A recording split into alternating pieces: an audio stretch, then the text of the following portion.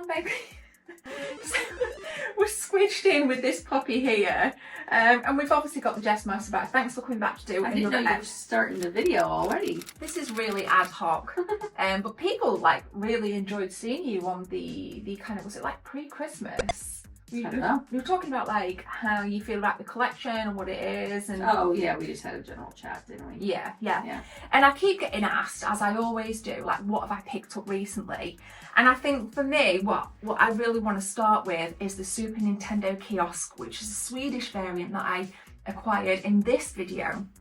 So until 2-3 days ago, it was literally in here where the camera was. Yes. And what were your kind of thoughts when you first saw it? It's quite big. Oh, I didn't think it was any bigger than I figured it would be. It's not like I haven't seen those kinds of things in the past. I just thought it took up a lot of room in our living room.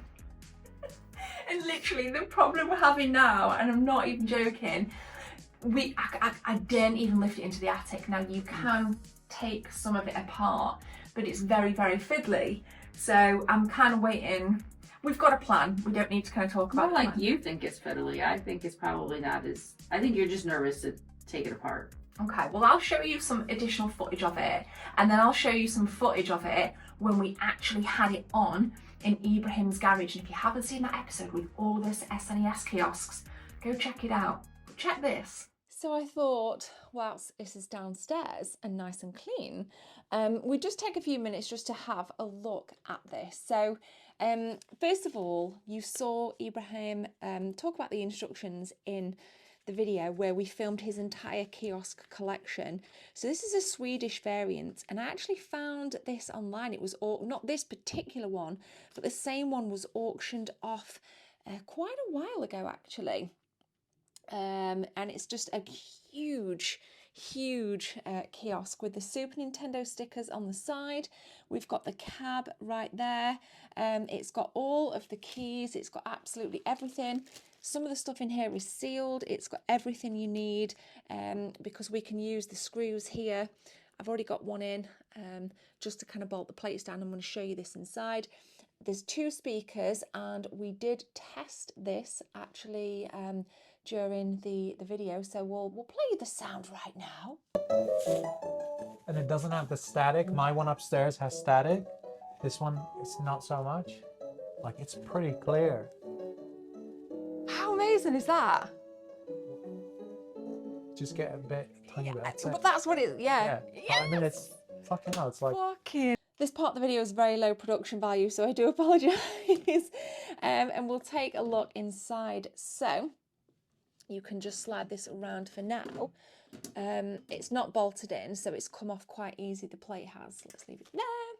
And here it is. There's 3 plugs at the back, one for the light, one for the speakers, and one for the SNES itself. This will go into the back of your television as the kind of I think it's the red and the white are plugged into the sound unit, which is right there. I'm not very technically minded. I don't know if you've like noticed, but technology and how things work don't particularly do it for me. That is the volume switch, and of course the panels, the bolts for this are underneath. So it's not actually that heavy. It's a metal frame, but this is plastic. This bit is plastic, and of course you've got your 2 controllers, which do vary compared to the UK and the US ones because they have that kind of very different style of arm. But this is really, really nice, and I think this is just gorgeous. There's barely a mark on it. There's one there, but I think I could buff them out. But the actual plastic on the light itself is absolutely gorgeous. So yeah, this is the Swedish SNES kiosk. I'll show it you when it's all fully set up as well. And yeah, we'll be doing lots more with this in the coming months. So it's quite the beast, and it's in really nice condition. And I was going to ask just there, Molly's loving that. I'm sorry, I can't. What is going on here? What's wrong? I've got like pink super. Not no, I mean like why is your pant leg all hiked up and stuff? Oh, this video is going to be a mess. Only because of you, mate. Me? You're the one who's got some weird thing going on here. I don't know where to put my leg. So can we kind of like take? I mean, you're not feeling that great today. I know you're kind of busy. I think when you feel a bit better, we'll have to take it apart, get it into the attic in its rightful place. If that's where you want it. I absolutely want it in the lady loft. As long as it's not down here, because one day I almost tripped on it, ended up in our brand new TV. So that wouldn't have been good. No, because it is a grail item, and I think it's really nice as a collector to get them grail items. Do you think? You think a lot of things are grail items. You Such always as have what? a new grail. As soon as you get one, you have another grail. Give me an example. Give me another example of something I've said that's a grail, Well, obviously what you just got. which is a grail, Yeah. right? You get the Batman thing. The Woolworths Batman edition, which is an absolute grail. It's in one of the top 10 All most I'm saying expensive is Super you just keep Nintendo moving on games. to all of a sudden, like as soon as you get one, you move on to another one. Yeah, because I'm aiming now for Now heavy. those two are far apart, sorry. But It's okay, but I'd like the floor standing M80C next. see what I mean? That's a grail. Like that's the stuff that was in the US, which you, to be fair, are familiar with, and I am familiar with that as well. I vaguely remember seeing one in Boots back in the day. I knew getting this one you wouldn't be satisfied. I'm satisfied. I'm in absolutely no rush to go out and buy an M80C. I mean, yeah, right. Really, so if someone offered you one today and it was in the right price range for you, Absolutely, I'd buy it. because people do offer them sometimes and they're crazy Oh, prices. God. Like people just Like 6K. What? No. Yeah, no. No. Absolutely, yeah. I think it's like time and a place. It's got to be the right time. And I think when you know, and I think it'll be an excellent episode because I love filming it and documenting it. I think it's awesome. I mean, I'm not making fun of you for having like another grail after you get a grail. Like I get it, that's part of collecting. Yeah. It's just you act like, yeah, this is it. I mean, like this is gonna be amazing. This is really gonna add to my collection or make my collection, perfect. And then you get it and you're like, right, now I need The SNES kiosk is and has been one of the grail items, and I've got one. So Yeah. I'm really, really happy with it. But also, there's this really nice magical envelope here. And again, we filmed Ibrahim's art collection after we did the kiosk collection. And I really, as well as other things that I've picked up on some really good retro game hunts, some of these items in here are literal grail items. Now I need to be really, really careful with them because these especially, I think I've just dropped them out. Are they grail items? Mate, you That don't you believe just it. dropped? I just dropped them out. Actually, they're just flying around in my little house here. Right, here we go. So Your little house. my little house. So I'm gonna get a UV protected frame because what we have are some original registration cards for Starwing competition. Now you'll see on B-roll, these are incredible. So you could literally go to a store. I heard somebody recently talk about them being in Woolworths. They filled in the registration card, played the Starwing competition cartridge, and then you got a certificate, which is an original certificate here. This is really fragile for me, with the bit on the side. Now, if you had this in person, you'd have your name on and it'd be signed with your points at the bottom, and it wouldn't have this side bit. So I've got an unused one, and I'm gonna get all three of these frames because I just feel like... In one frame though, not separate, right? Yeah. Yeah, that's right. In one frame, I think I'm going to get a nice, expensive UV frame. What do you think to those? Like, I buzz off this stuff. This gives me so much energy and passion. I feel. I think it's cool. I just I get nervous with it being out, and like you're touching it. I think it should have like white gloves when you touch them. Yeah, for stuff like this is kind of like just mind-blowing stuff that really excites me. And I think going out retro game hunting, this is absolutely incredible stuff. I'm actually just going to put them there, to be fair. And then Ibrahim, he is an avid art collector. I don't think you've seen this. You did show me, actually. Did I show you this? Yes, you did. Do you remember what game it's from? I do not. I believe it's Izzy's Quest for Olympic Rings. It's an Izzy Oh game. yeah, now I remember you telling me. So this is like the hand-painted, hand-drawn. It's signed. Yes. And he let me have it. I was like, wait, what? And you're touching it. Okay, I'm gonna put it down. I'm just gonna leave this episode right now. But it's really cool stuff like that. That I love, because this is one of one. the artwork. And then this is so random, but I love random stuff. Do you know what that is? It's off the side of the kiosk. An NTC health and safety sticker. So technically I own a little bit of an NTC. Oh yes. Okay. 2%. Warning, 1%. read this notice before you or your child use any video game. Ooh, no. Okay. We're not going to read it because we just don't need to. But I think what do you think to like the more kind of odd pieces like that? Oh, I mean, I think that's very cool. It's not something everybody can just go out and buy. Right. So cool. And I don't know about you. I think you're better at art than I am, but I'm terrible at drawing. I'm awful. Awful. And now you actually bought me a video game for Christmas, didn't you? Well, you requested it. So let's just really, this is again very ad hoc video. Got a fantastic retro game hunt coming up for you on Thursday, just as a bit of a plug. But Jess, you wanna show the good folk? But this Teenage Mutant Ninja Turtles Mutant Unleashed for the PS5. I don't know if it's gonna have a reflection or not because the light is coming on it. Yeah, but yeah, I remember. I think in the last video you actually said something like you wanted the special edition, and I said, you did? Because, or the unlimited edition, whatever it was you requested. Yeah.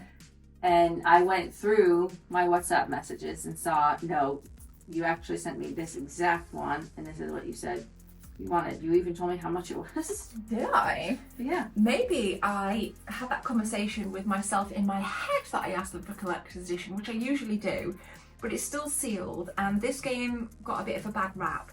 But I'm very open-minded to this. I love my turtles anyway. I'm huge, got this kind of tattoo when I was 40. And of course, growing up with the classic, iconic 80s turtles. So this kind of artwork for me isn't as iconic. I don't know about you, like what are your thoughts on the more kind of modern turtles art versus the classic turtles stuff? I mean, I like the classic turtle stuff better, but that's just because it's more nostalgic for me. But I mean, as much as I watched Ninja Turtles because I had little brothers, they weren't necessarily like an interest for me the way they are for you. So it doesn't bother me as much. Yeah, because you're a little bit older, whereas I had a brother who was roped into Turtles, roped into Power Rangers. So if he was watching it, I was sat there watching it, and I was like, this is pretty cool. And that's how I kind of became with it. But you, I guess you're a bit older, so you kind of moved through that phase of your geekiness. No, I mean, you don't really go through a phase of geekiness. I don't think you either do or you don't like that stuff. It's just that they weren't, say, my favorite thing, just because of my age difference a little bit. I still had to watch it every day after school, you know, and I still was interested enough to watch it. Yeah. I just don't have the same love for it as you. Fair play, fair play. What would you say from back then? What do you have a passion for? Kind of, you like your handheld stuff, for example. So what would you say is your passion from back then, if anything? I mean, Game Boy stuff. Yeah. I really enjoyed that. So yeah, you like your Game Boy. You've still got your original from a kid, haven't you? Yes. Yeah, that's awesome. And what was your favourite game? Ooh, I mean, I did love Tetris, but Kirby. Oh wow. Kirby in Dreamland. Okay. I also like black bass fishing. Which I think is your dad's influence, isn't it? No, actually, when I was a kid, my dad does a lot of fishing now, Mm-hmm. but when I was a kid, I was the one that had to beg him to take me. Oh. And so he would, and then he ended up getting into it. He did it a little bit, but not to the extent that he does now. Right. Like, he never owned a boat and stuff. That Yeah. My grandfather got me into fishing. Yeah, awesome. So that was your kind of thing. You were able to kind of do it in real life and play it on your Game Boy as well. Yeah, because the weather's bad in New York, and unless you want to go ice fishing, there's no fishing in the middle of winter when I got my Game Boy for Christmas. So Aww, that's a nice little story. That's cool. Let us know if you've played, what is it, black bass fishing on the Game Boy. I don't recall seeing it around. It might have been an NTS Exclusive. I don't know. No, I'm going to check Wikipedia on the edit, but we'll put it on the screen, so yeah. Random stuff up next then. So these two games, picked these up at the Games Temple hunt that we did you guys went nuts for that episode. You guys went absolutely crazy for that. And I've never played either of them. So this is Heroes of the Lance, which I talked about at length in the video. Looks fantastic. Not going to dive into it too much here. But what I am going to talk about, well, I'm going to ask you a question. Okay. This is the Emblem of Justice fader. Okay. Now, if you just look at that. I didn't know you were actually going to hand it to me. Sorry, my apologies. What does that remind you of off the bat? Zelda. Thank you. As you said that, I whispered it, Zelda. Thank you so much. And I said that in the video, and people were like, that's not a Zelda clone. And I was like, but it reminds me of Zelda. So It's just your opinion. Yeah, everybody's got a different opinion. Now, the gameplay itself might not be Zelda clone, but that definitely looks to me like a Zelda clone. And then this is cool because I've seen these online. Now this is very sun faded this side, so we'll switch to this side. So Ibrahim kindly chucked one of these in as well, which is Super Nintendo. Kind of, you could store your games in here when you were, back in the day, if you were going on a sleepover. It'd be nice just to have in your bedroom and stuff if you were a kid that was lucky enough to have the Super Nintendo and a television in your bedroom. Yeah, absolutely. I think that is really cool. And I think for me, Donkey Kong changed so much because the graphics were such an upstep. Again, that kind of 3D, we were stepping into that 3D realm in the mid-90s. Of course, the Super FX chip which is not used in this, of course, but the introduction of that in Star Wing and Star Fox really gave you that kind of 3D. Graphics were everything back then. So I thought that was really cool and I wanted to show you. But if any of you have got one of these, let me know. I've never seen this one around, but I have seen other ones around on hunts at astronomical prices. Personally, I don't think these should cost a lot. Right, really we don't cool. see them every day. So how much would you price that at? I don't It's know. not for sale. I'd not have for to sale, do of course. research and stuff on it. I'm not going to shout out a price. But it's just sentimental. Oh, please stop spinning it. It's sentimental and it's awesome. And Molly's barking because she hears someone outside. So calm. Good girl. Good girl. Whoa, we have a huge bag. Do you want to pick one? Do you want to pull something out of the magic bag? What are they then? What do we got? Slippers. Sonic. Now, I used to own a pair of them, but I think they got lost in the move. And I literally walked into the Super Games World episode and immediately said to Ibby, I'm having those. So it was really nice to actually get these back. It only cost 15 quid. I don't remember if they're official Sega branded. I'd have to kind of get them out and look inside. But it's honestly really nice. I think even if you don't wear these, decor looks pretty cool, right? Yeah. It looks pretty darn toasty. Would you wear them? Yeah, if we had American-sized staircases instead of these English narrow ones, I'd be afraid the face of Sonic would not give me enough room on the stairs to actually step down. What's wrong with English staircases? In houses like ours, they're they're not very wide. I'm used to it. It's just they're really narrow and they're really steep, and I'm just this is what it is. This is we have much smaller houses here unless you're a millionaire. In America, the staircase going up here is more like what you would have, say, maybe going into an attic in an old house in America. Sauce. Very steep. It is quite steep to be fair, isn't it? I think the older houses tend to have really steep staircases. So we won't be wearing Sonic, or at least you won't, for the stairs. Yeah. But in this weather, right, I might actually wear them as gloves and walk outside with Sonic on my hands, you know what I mean? And just give it a bit, see if I get any weird looks on dog walks. Yeah, you will. Well, it is. I'm literally going to do that. I'm going to do it. And then again from Super Games World, so many of you picked up on this. We'll just grab all the games out. We'll just grab them all out, shall we?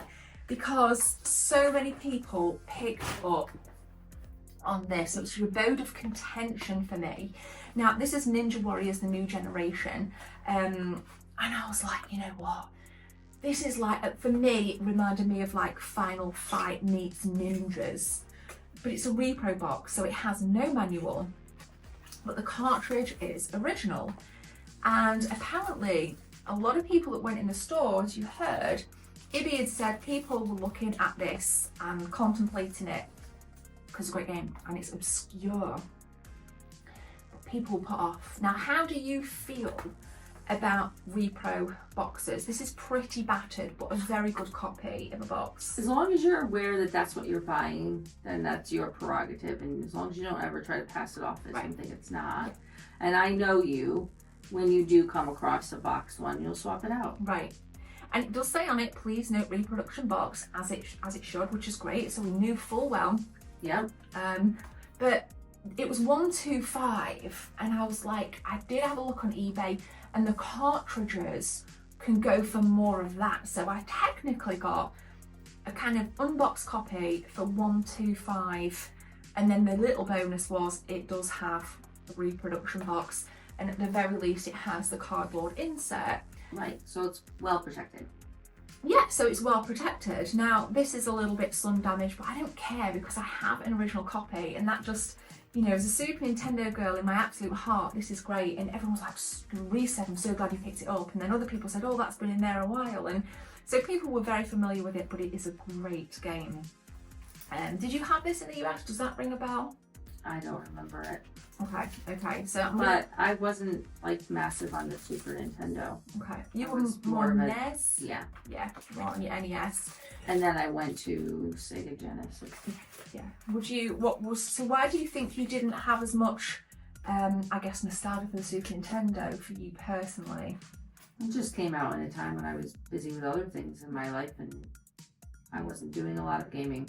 Right, fair play. I think that's an interesting thing. Like, so for me, I kind of fell out of gaming around late 90s, so it was kind of Sega Dreamcast wasn't really on my radar. N64 I loved, but then missed the second half of the lifespan of the N64.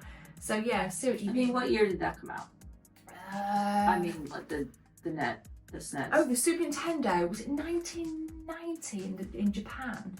I could be wrong. It's like very, talking like smack bang of the early 90s. Yeah.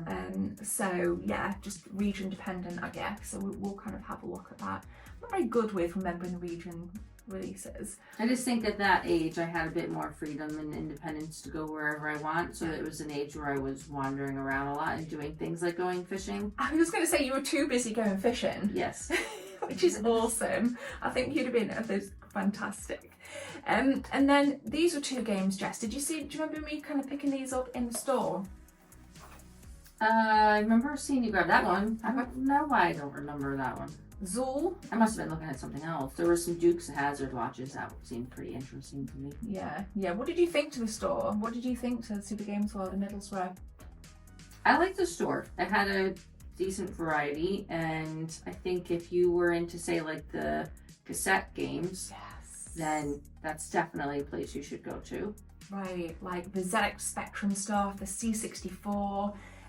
There was some really nice. What was the machine that I picked up? What was the piece of kit that you were like, Jen, you've got to show this. This is amazing. You talk about the Pac-Man game. Yeah.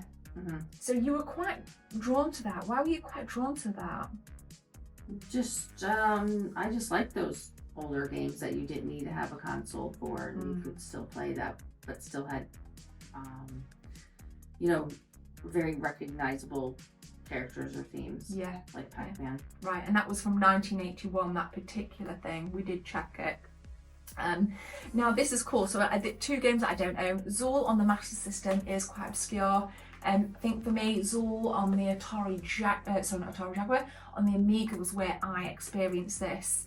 And I thought, you know what, you don't see it. So I picked it up, sadly missing the manual, which is a damn shame. And this next one is missing manual as well. This is Cyberball. So this is a little bit like American football with robots, if I'm right. Again, Amazing. missing manual. That sounds good to you? Yeah. Okay, why? They're pretty rad, to be fair. Football playing robots?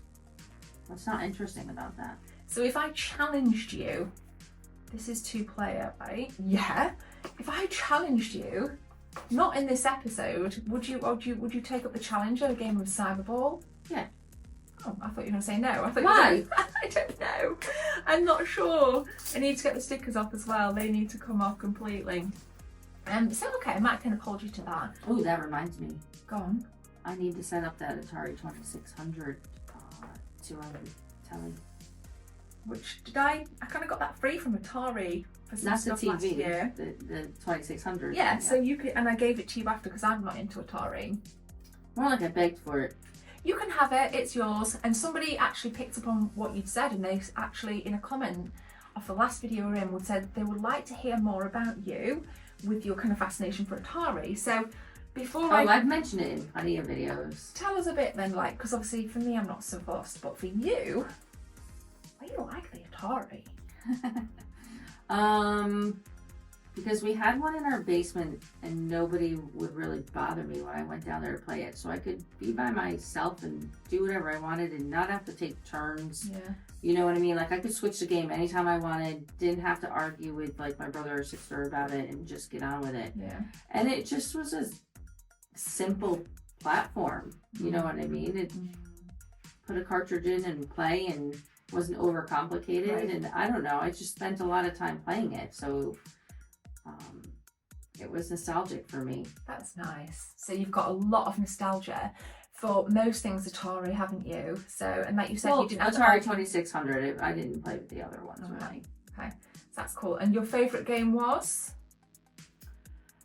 I mean, That's really fishing? asking. Is there a fishing No, game? well, they do have fishing games, but I don't know, games like Centipede. Yeah. Pac-Man obviously was an easy one. There was this other So classic. Pac-Man is so. You know, there was a lot Yeah. that I liked. Pinball was okay. There are other ones that just weren't that interesting to me. Didn't Jack Black do the advert for Pitfall? Don't remember. I'm sure Jack Black, a very young Jack Black, did the advert for Pitfall, which is just, yeah, I'm sure a lot of people know. So yeah, that's cool. Whereas I didn't have any nostalgia. We played Kung Fu on the Atari. It was like my dad's girlfriend's nephew. We played Kung Fu. He played it, and we would sit and watch kind of Kung Fu be played. And then that came out on the NES, which I preferred because again, I always thought as a kid that the Atari just looked so ugly, and I was like, no, I know, it's just weird how we have these differences in what we think about different consoles and whatnot. I mean, yeah, they weren't very, like, some of them were kind of frustrating and stuff, but we had stuff like an Indiana Jones game, and we did have the E.T. game. Did you? Yeah, because we were into E.T. Yeah. But, you know, I still love E.T. Yeah, it's a great film. Great film. It always used to make me cry. Mousetrap, that was a game. Oh, nice. You know, then you got Donkey Kong. I don't know, loads of them, but, you know, anyways. Yeah, that's good. No, thank you. And again, if you guys have any memories of the Atari, any of the Atari consoles, we look forward to reading your comments. So the last game, before I show you some Christmas prezzies from Reese, this is just, I'm a sucker for a racer, and I picked this up. I just thought it just looked really, really cool, kind of a bit Gran Turismo-esque. And as I've got a region-free PS1, I actually thought I'm going to give this a punt. Now I do import a lot of stuff from Japan, but I've noticed recently that a lot of the prices on the site that I use, I go through Sendico, it's been like just up and up and up and up and up. So I'm very open-minded to buying and looking at the Japanese prices in the UK, because sometimes they're actually a lot cheaper. So I thought, I love my racing games, I'll give this a go. It costs 18 quid. So I mean, there's been a lot of retro game hunts recently, and there's a lot of stuff that's been acquired and some really nice stuff. The kiosk is my favourite, and I'm really excited to get that set up. So I'm super stoked. So if there's anything you want to share in the comments about your recent pickups, let us know. Is there anything else you'd like to say? No. Thank you for doing this. I appreciate it. I'd like to say no problem, but I don't feel well today, so We're gonna get lots of water now to hydrate yourself. I think I need electrolytes, Gatorade. There you go. What do you do to replenish your electrolytes? Coconut water is actually really good for electrolytes. I know, but I don't have any. It's full of sugar though. Sugar's bad for you. Which one? Coconut water. So's Gatorade. Unless you buy that sugar-free stuff, but I can't have that. No sweetness. I can't have artificial sweeteners. Awesome, guys. Thank you so much. Thursday, brand new place to show you. It's going to be amazing. Take care. See you soon. Bye. Bye.